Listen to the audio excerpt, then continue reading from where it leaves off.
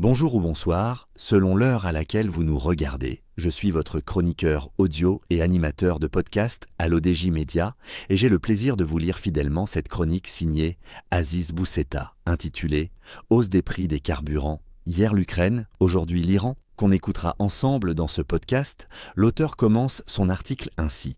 Il était évident que cela se produirait, et cela s'est produit. Et ce n'est que le commencement. Plus de 2 semaines après le déclenchement de ce qu'il faut bien appeler une guerre globale, ce qui devait arriver arriva. Et les prix du carburant à la pompe ont amorcé leur mouvement ascendant, dont la courbe dépend plus des événements qui se déroulent à plusieurs milliers de kilomètres, à Hormuz, que d'une action locale marocaine. Quoique, au Maroc, nous n'avons pas de pétrole. Alors nous essayons d'avoir des idées, comme on dit.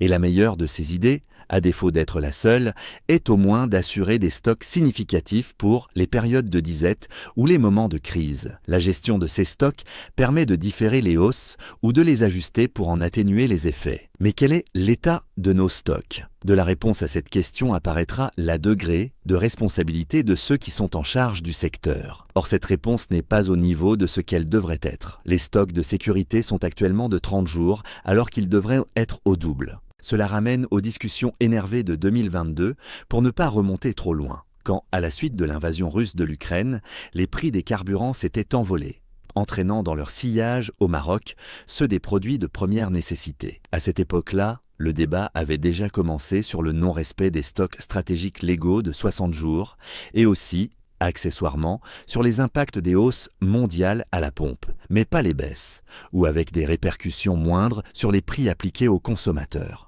Cette année, la guerre était prévisible malgré, ou à cause, de l'imprévisibilité de Donald Trump. Il y a eu, voici 9 mois, la guerre dite des 12 jours, et depuis le début 2026, et le stationnement de l'armada américaine au Moyen-Orient, la guerre actuelle de haute intensité était aussi attendue. Les débats autour de la question des carburants a donc commencé dans les chaumières, mais aussi dans les rédactions, les universités, les salons UP et les quartiers peu développés.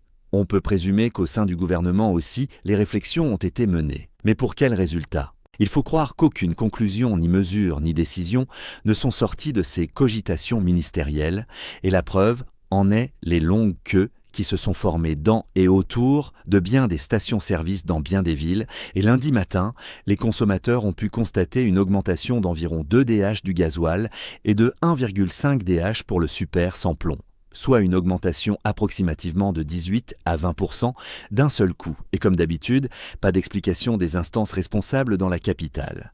Cela pose plusieurs questions, ou plutôt les repose, avec toujours une faible probabilité d'avoir des réponses.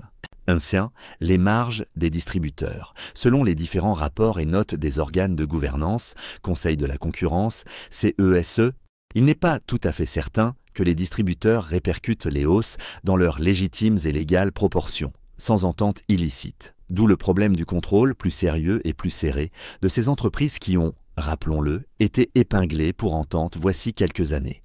2. La fiscalité des produits pétroliers. Entre TIC et TVA, l'État engrange davantage de ressources en cas de flambée des prix des carburants. Plusieurs solutions sont envisagées et proposées par les experts pour ajuster cette fiscalité sans préjudicier les ressources publiques.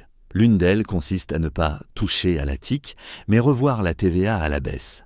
3. L'affaire de la Samir. C'est un sujet que les services gouvernementaux et les compagnies pétrolières évitent soigneusement de débattre, alors même qu'ils sont sous le feu nourri du débat public et exposés à la suspicion citoyenne.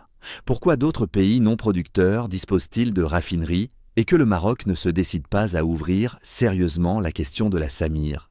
Y a-t-il un problème État ou embarrassant ? Il semblerait que dans cette affaire, on ne nous dit pas tout. Mais ces remugles suintent 4-5, le plafonnement des prix. Il existe dans l'arsenal juridique marocain un article qui fixe et fige les prix temporairement. Il s'agit de l'article 4 de la loi I-104/12 qui permet à l'État de prendre des mesures temporaires contre des hausses de prix pour une durée temporaire de 6 mois prorogeable une fois. Cela devrait être suffisant pour amortir le choc de l'envolée des prix ou pour permettre aux consommateurs de s'y faire. 5. La taxation marginale et temporaire des superprofits, s'ils existent. Cette mesure va très certainement revenir sur le devant de la scène. Elle a été appliquée dans bien des pays européens, Italie, Espagne, Grèce, Royaume-Uni.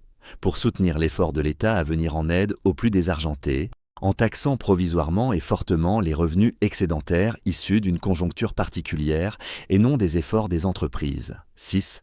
La question des stocks stratégiques. La loi 0971 fixe les réserves à 60 jours minimum, alors qu'aujourd'hui, en pleine période de crise prévisible et prévue, ils ne sont que de 30 jours environ. Au ministère, on laisse entendre qu'il n'y a aucun moyen de contraindre ces compagnies à se conformer à la loi. Une réelle volonté politique devrait pouvoir mettre ces compagnies, appelées mastodontes, sous le contrôle public. La souveraineté énergétique, fruit de plusieurs cogitations gouvernementales et objet d'instructions royales, attendra encore 7. Et bien évidemment, la reddition des comptes. Quand la loi n'est pas appliquée par celles et ceux qui le doivent sur plan gouvernemental, quand des entreprises font des ententes comme cela a été clairement dit par le Conseil de la concurrence, et quand dans le sillage de tout cela les prix explosent, le pouvoir d'achat plonge et le moral suit. Doit-on encore prévoir une année difficile pour les ménages aux revenus faibles ou intermédiaires ? Il semblerait que ce soit le cas, comme le laisse paraître cette première augmentation de 20%, alors que les cours mondiaux n'en sont qu'au début de leur augmentation, si la situation au Moyen-Orient se maintient ou s'aggrave. Le Maroc officiel saura-t-il tirer les conséquences au feu de ce qui s'est passé en 2022-2023, quand l'inflation énergétique s'était propagée et diffusée dans les autres produits, ouvrant la porte à ceux qu'on appelle désormais les frackia. Merci de nous avoir suivis. On se retrouve très bientôt pour une nouvelle chronique sur l'ODGS Media.